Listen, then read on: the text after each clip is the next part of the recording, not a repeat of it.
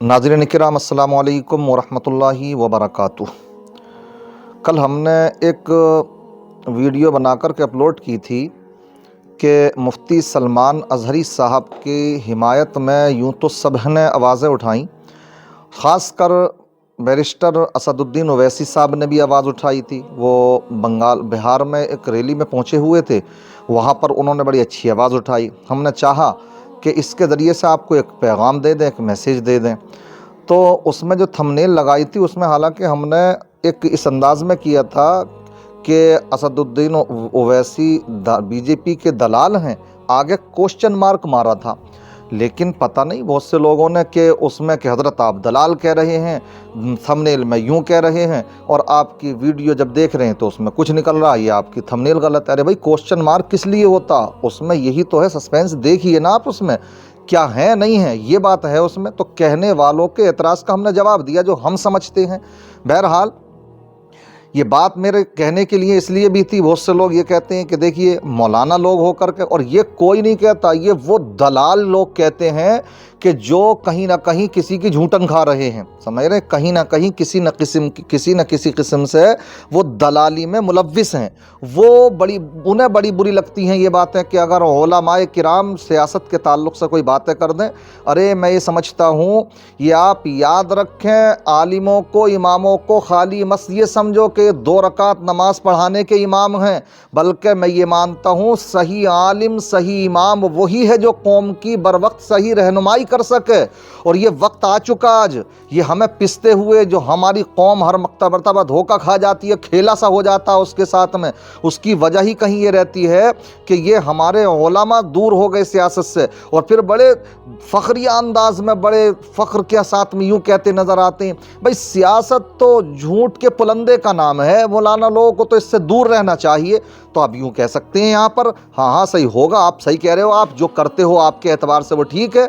मगर फिर मैं ये कहूँगा, सियासत 2 तरह की है, एक है झूठों की सियासत और एक है सच्चों की सियासत। झूठों की यही दलालों वाली हो गई, सच्चों की जो उलमा करे। अरे सियासत तो खुद प्यारे आका सल्लल्लाहु ताला अलैहि वसल्लम ने फरमाई है। सियासत का मतलब क्या होता है? सासा यसीसु सियासत अरबी का लफ्ज़ है, तुम्हें पता भी नहीं होगा जो एतराज़ करती है, लफ्ज़ है काहे का? ये लफ्ज़ है अरबी का, इसका मतलब होता है रहनुमाई करना। तो मेरे आका से मेरे प्यारे आका सल्लल्लाहु अलैहि वसल्लम से बढ़कर के बेहतर रहनुमाई किसने की है? इसलिए ये उलमा की दूरी, इसकी वजह से भी हमारी कौम कहीं ना कहीं पिछड़ रही है। तो उलमा, अब इलेक्शन तो लड़ना नहीं है ना हमें लड़ना है साहब, हम सीधी सी बात बताएं, क्योंकि अल्हम्दुलिल्लाह हम जो काम कर रहे हैं, हम मदरसे में पढ़ाते हैं, मौलवियत के बच्चों को पढ़ाते हैं, आलमियत फजीलत के बच्चों को पढ़ाते हैं, तो हमारा अपना फील्ड है अल्हम्दुलिल्लाह। समझ रहे, इमामत भी करते हैं, तबलीग करते हैं, वाज करते हैं, नसीहत करते हैं, वो हमें है, मगर रहनुमाई करेंगे सही, इसमें हमारी ज़बान पर कोई ताले नहीं लगा सकेगा।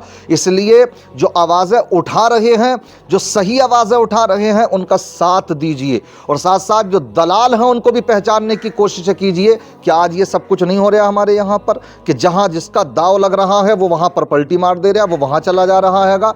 मैं बस 2-3 बातें आपके ज़िम्मे में ये कहना चाहूँगा।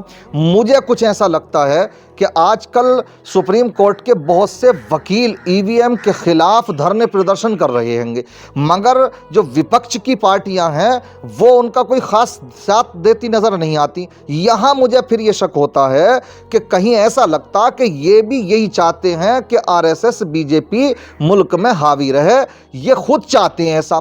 अगर ये नहीं चाहते हैं तो आइए मैदान में, चारे ये महमूद पराचे हैं, दीगर सीनियर वकील हैं, ये सब के सब धरने प्रदर्शन कर रहे हैं, इसके खिलाफ आवाज़ उठा रहे हैं। कौम में से भी ये आवाज़ें उठती हैं कि ईवीएम का खेल कहीं ना कहीं होता है, दीगर तरीके से भी मजबूती होना चाहिए, और ये भी आवाज़ उठना चाहिए। तो विपक्ष को इसमें मजबूती से उनका साथ देना चाहिए।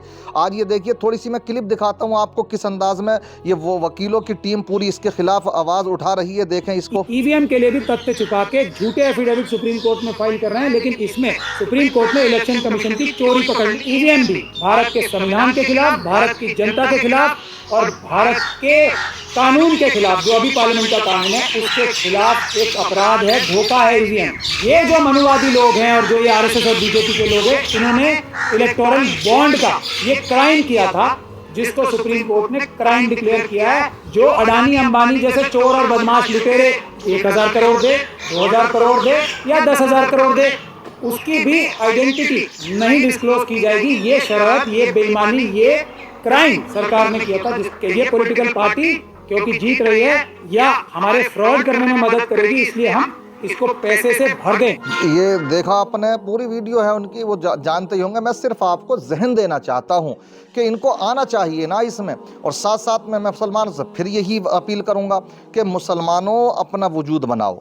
मुसलमानों, मैं ये नहीं कहता, मैं किसी पार्टी की सपोर्ट नहीं कर रहा, मैं सिर्फ ये कर रहा हूँ जो आवाज़ आपकी उठा रहे हैं उनका साथ दीजिए आप। सीधी सी बात मेरी ये है कि जो आवाज़ उठा रहे हैं, मैं आपको अगर यूपी का आपका मोटे मोटे अंदाज में कुछ बातें बताऊं, सिर्फ आंकड़ों के अंदाज में, तो आपका हो सकता है दिमाग कुछ खुले।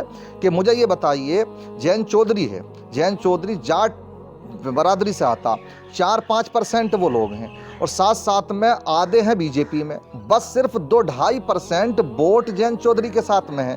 उसकी ताकत क्या है? 8-9 विधायक हैं उसके पास में।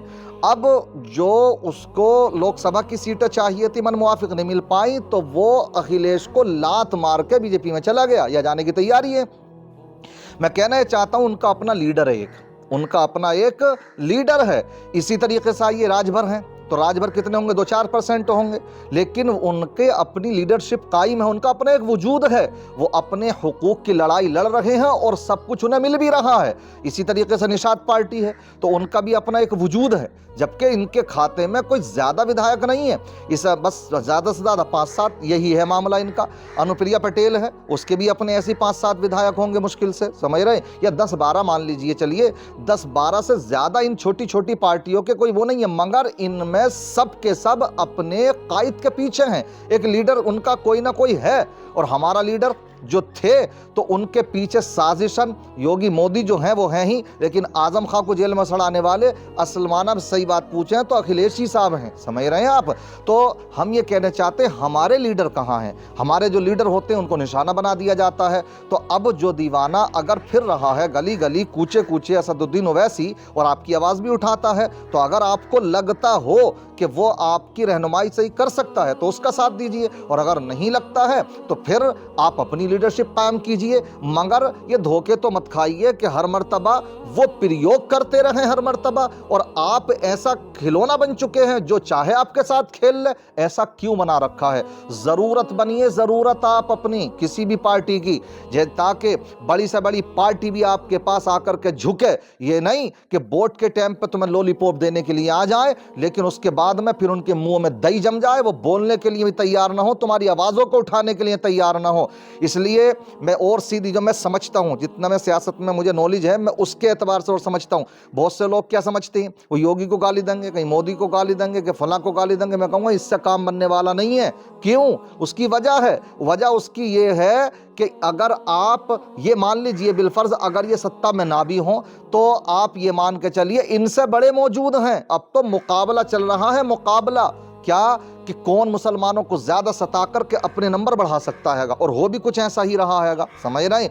यहाँ पर योगी जी हैं, तो उत्तराखंड में जो धामी साहब हैं, तो वो योगी ही जी को क्या है फॉलो कर रहे हैं। तो ये तो मुकाबला चल रहा है उनमें, और आने वाले वक्त में भी, मेरी बात याद रखना, ये पेशन गोई भी कह सकते हो आप, मैं बहुत अच्छे अंदाज में आपको ये बात बतला रहा हूँ, आने वाले वक्त में सत्ता परिवर्तन हो भी गया तो कोई भी पार्टी आएगी, तुम्हारा भला उस वक्त तक नहीं हो सकता है जब तक तुम्हारी हिस्सेदारी नहीं होगी। क्यों? जो भी आएगा तो वो हिंदुत्व का कार्ड अपने सर पर सजाने की कोशिश करेगा। वो ये चाहेगा कि हम इन मुसलमानों को सताएं, परेशान करें, और ताकि हिंदू वोटों को हम बटोर सकें, और ऐसा कभी हो ना सकेगा। तो तुम्हारा भला इसमें नहीं होने वाला है। तुम्हारा भला एक ही रास्ता है कि अपनी लीडरशिप कायम कर लो, अपनी क़यादत चुन लो, अपना वजूद बना लो। इसलिए इन बातों को समझें, और मैं समझता हूँ कि अब उलमा को इस तरह की आवाज़ें उठाना चाहिए। अल्लाह ताला मेरी कौम को समझ अता फरमाए। अस्सलामु अलैकुम व रहमतुल्लाहि।